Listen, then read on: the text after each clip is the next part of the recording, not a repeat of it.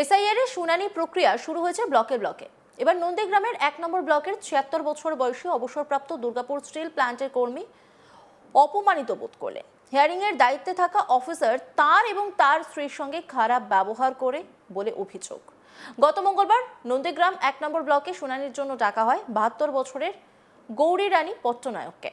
গৌরী দেবীর ২০০২ সালের তালিকায় নাম নেই। অসুস্থ স্ত্রীকে নিয়ে স্বামী অশোক পট্টনায়ক হিয়ারিংয়ে যান। অশোকবাবু ও তার স্ত্রী দুজনেই ভীষণ অসুস্থ। সেই অবস্থায় তাদের প্রশাসনিক ভবনের ৩ তলায় সিঁড়ি বেয়ে উঠতে হয়। উঠে অশোকবাবু তার পেনশনের কাগজপত্র জমা করলেও তার সঙ্গে খারাপ ব্যবহার করা হয়। বারবার তাদের অসুস্থতার কথা বলা হলেও কর্ণপাত করেনি দায়িত্বে থাকা অফিসার।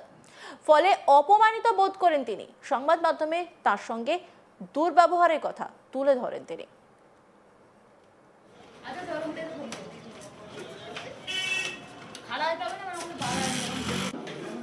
অশোকবাবু জানান, শুনানিতে আমার স্ত্রীকে ডেকেছিল। আমার সঙ্গে সম্পর্ক গ্রাহ্য হয়নি। ৩০ বছর আগে ওর মা বাবা মারা গিয়েছেন। তাদের কোনো নথি নেই। বাধ্য হয়ে এই বৃদ্ধ বয়সে স্ত্রীকে নিয়ে শুনানিতে এসেছি। খুবই কষ্টের ব্যাপার। আমাকে বলা হয় সরকারি নথিপত্র ছাড়া কিছু গ্রহণ করা হবে না। আমি জানাই যে আমি চাকরি করেছি, আমার পেনশন আছে। আমার পেনশন বুক দেখিয়েছি, কিন্তু সেই পেনশন বুকও গ্রহণযোগ্য নয়। আমি আমার সমস্ত নথিপত্র দেখিয়েছি। ৩০ থেকে ৪০ বছর চাকরি করেছি, তাও দেখিয়েছি ওদের। বলছে ফেলে দিন ওইসব। স্ত্রীর হয়ে সওয়াল করতে গেলে তার সঙ্গে অভব্য আচরণ করা হয় বলে দাবি করেছেন অশোকবাবু। কি বলছেন তিনি শুনব। আমি এখানে হিয়ারিংয়ে এসেছিলাম।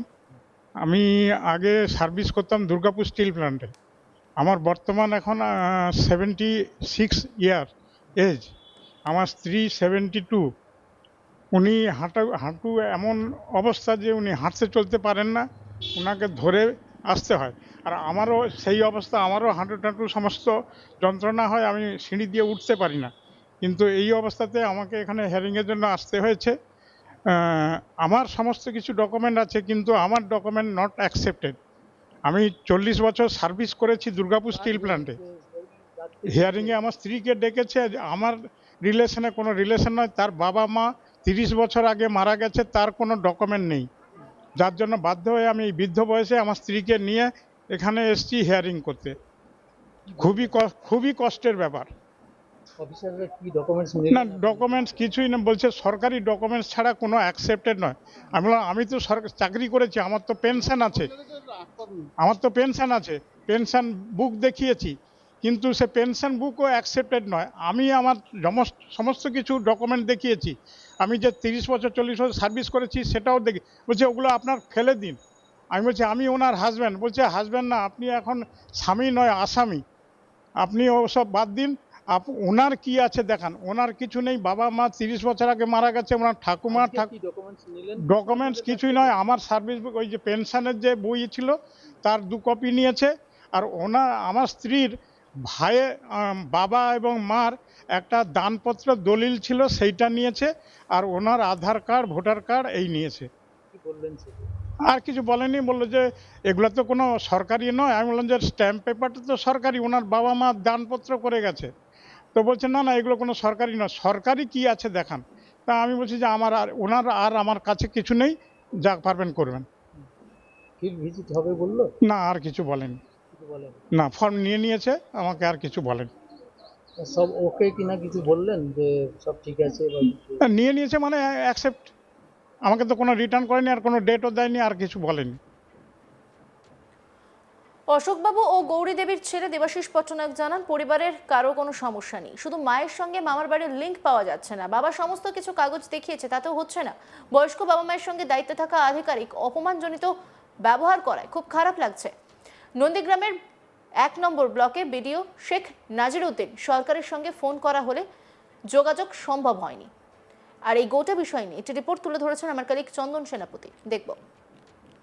এসআর নিয়ে ইতিমধ্যেই পশ্চিমবঙ্গের বিভিন্ন ব্লকে হিয়ারিং শুরু হয়েছে এবং রাজ্য জুড়ে একাধিক ব্লকের বিভিন্ন রকম হেজিটেশন বা এজিটেশনের খবর সেটা কিন্তু প্রকাশ্যে এসেছে।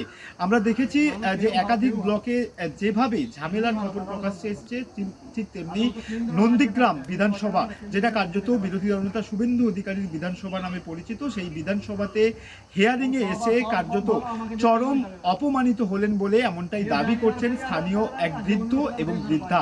যেটা জানা যাচ্ছে যে ওই বৃদ্ধের নাম অশোক পট্টনায়ক এবং তার স্ত্রী গৌরী পট্টনায়ক।